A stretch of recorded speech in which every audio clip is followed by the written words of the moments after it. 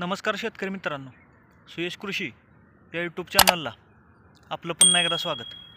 आजच्या व्हिडिओमध्ये आपण प्रामुख्याने ज्यावेळी आपण जानेवारी एंडिंग असेल किंवा फेब्रुवारीच्या सुरुवातीच्या आठवड्यामध्ये टोमॅटो पिकाची जी लागवड करतो, त्याच्यामध्ये उन्हाळी हंगामामध्ये अथर्वसारखी व्हरायटी असेल, विरांग असेल, याच्यामध्ये ज्यावेळी आपण लागवड करतो त्याच्यानंतर प्रामुख्याने आपणाला रोपं लागण केली, चांगल्या पद्धतीने रोपं सेट होण्यासाठी असतील किंवा जो आपणाला सुरुवातीपासून बुडालगत फुटवा असेल, चांगल्या पद्धतीने प्लॉटची ग्रोथ असेल, त्याचबरोबर आपणाला प्लॉटवर असणारी पांढरी माशी असेल, नागाळे असेल किंवा हाय टेम्परेचरमध्ये प्लॉटची ग्रोथ न होणे किंवा जो फुटवा आपणाला पाहिजे तसा फुटवा न मिळणे, याच्यासाठी आपण प्रामुख्याने ज्यावेळी रोपं लागण करतो त्याच्यानंतर आपणाला सुरुवातीच्या ड्रेंचिंग असेल किंवा आळवण्या ह्या कोणत्या घेतल्या पाहिजेत, त्याचबरोबर खतांचं नियोजन असेल, फवारण्यांचं नियोजन असेल, कशा पद्धतीने ठेवलं पाहिजे. मग त्याच्यामध्ये PGR टॉनिक असतील, फंगिसाईड असेल, इन्सेक्टिसाईड असेल, याचा वापर कशा पद्धतीने केला पाहिजे की ज्यामुळे आपणाला कमी खर्चामध्ये चांगल्या पद्धतीने जास्तीत जास्त उत्पादन हे आपणाला हाय टेम्परेचर ज्यावेळी आता हळूहळू टेम्परेचर ज्यावेळी वाढत जाणार आहे त्यावेळी आपणाला ज्यावेळी आपला प्लॉट फ्लॉवरिंग स्टेजला येतो त्यावेळी ड्रॉपिंग होणं किंवा पानांच्या वाट्या होणे, तसेच सुरुवातीपासून आपणाला चांगल्या पद्धतीने प्लॉटची ग्रोथ मिळाली पाहिजे. बुडालगत फुटवे असतील, स्टमची जाडी ज्यावेळी रोपं लागण करतो, जे आपणाला उन्हाळ्यामध्ये डंपिंग असेल, कॉलरॉड असेल किंवा रोपांची मर होणे, याच्यासाठी कशा पद्धतीने नियोजन केलं पाहिजे त्याविषयी आपण चर्चा करणार आहोत. आता हे आपण प्लॉट पाहू शकता, ह्याला आपण रोपं लावून एक आठवडा झालेला आहे. याच्यामध्ये आपली पहिली ड्रेंचिंग झालेली आहे. आता तुम्ही पाहू शकता रोपं सेट चांगल्या पद्धतीने झाले आहेत. आता ही स्टमची जाडी असेल, हे जे बुडालगत फुटवे मिळाले पाहिजेत, तसेच पूर्ण प्लॉटमध्ये पूर्ण सगळी रोपं ही चांगल्या पद्धतीने सेट झालेली आहेत. आता ज्यावेळी आपण रोपं लागण केली त्याच्यानंतर आपण 2 ते 3 दिवस कोणतीही ड्रेंचिंग केली नाही. त्याच्यामध्ये आपण सुरुवातीला थोडं पूर्ण बेड हा भिजवून घेतला. त्याच्यानंतर जे आपण होल घेतलं आहे त्याच्यामध्ये माती घातली. त्याच्यानंतर 1 दिवस चांगल्या पद्धतीने बेड भिजवून घेतला व त्याच्यानंतर रोपं लागण केली.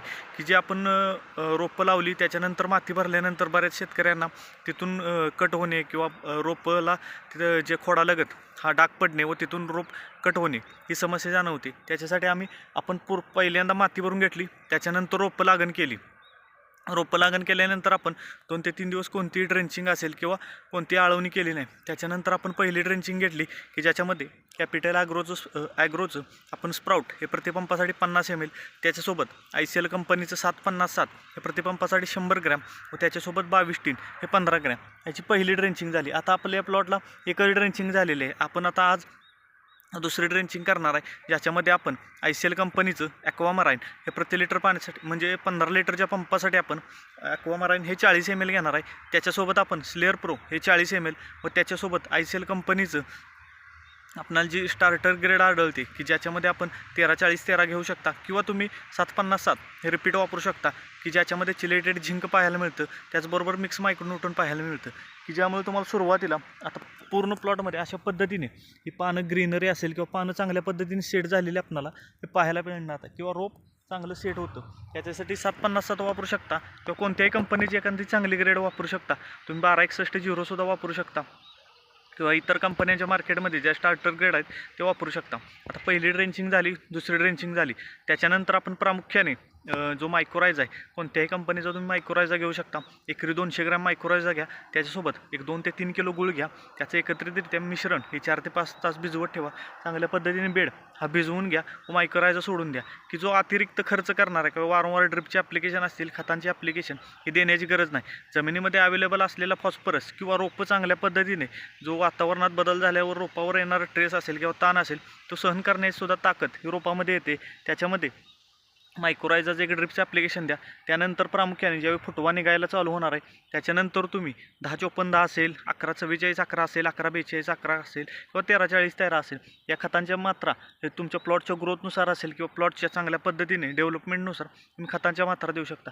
आता फवारणी कोणती करणार आहे आपण, ज्यावेळी रोपं हे 10 ते 15 दिवसाच्या दरम्यान होणार त्यावेळी आपण बेनिविया हे प्रति लिटर पाण्यासाठी 3 ml घेऊन चांगला गच्च स्प्रे देऊन घेणार आहे की जी सुरुवातीला आपणाला पांढरी माशी असेल, तुडतुडे असतील, त्याचबरोबर नागाळे असेल याच्यासाठी आपण तो एक स्प्रे देणार आहे. त्याच्यानंतर आपण बेनिवियाचा स्प्रे झाल्यानंतर 2 ते 3 दिवसानंतर आपण साधी फवारणी घेणार आहे की ज्याच्यामध्ये अँट्राकॉल हे प्रति लिटर पाण्यासाठी 1.5 ग्रॅम, त्याच्यासोबत ICL कंपनीचं ॲक्वामाराइन जे चांगलं सीवीड आहे, आपण त्याचे रिझल्टसुद्धा पाहिलेले आहेत, चांगलं सीवीड आहे. तुम्ही साबियन वापरू शकता, ॲम्बिशन वापरू शकता, बायोविटा असेल, बायोझाईम असेल. आपण कोणत्याही कंपनीचं प्रमोशन करत नाही, परंतु चांगल्या कंपनीचं वापरात चांगला रिझल्ट हा तुम्हाला पाहायला मिळेल. ॲक्वामाराइन हे 2 ml, अँट्राकॉल हे 1.5 ग्रॅम, वाकरा 3624 ICLची ग्रेड आहे, ते प्रति लिटर पाण्यासाठी 2 ते 2.5 ग्रॅम असं एक गच्च स्प्रे देणार आहे. त्याच्यानंतर तुम्ही कराटे वापरू शकता, आलिका पेगासिस झिंकसुद्धा वापरू शकता की ज्यामुळे तुम्हाला जास्तीत जास्त जे आता ह्या वातावरणामध्ये तुडतुडे असतील, रशेषक किडे असतील, याचा जास्त प्रादुर्भाव जाणवणार आहे. त्याच्यासाठी तुम्ही रशेषक किडींचा जर व्यवस्थित बंदोबस्त केला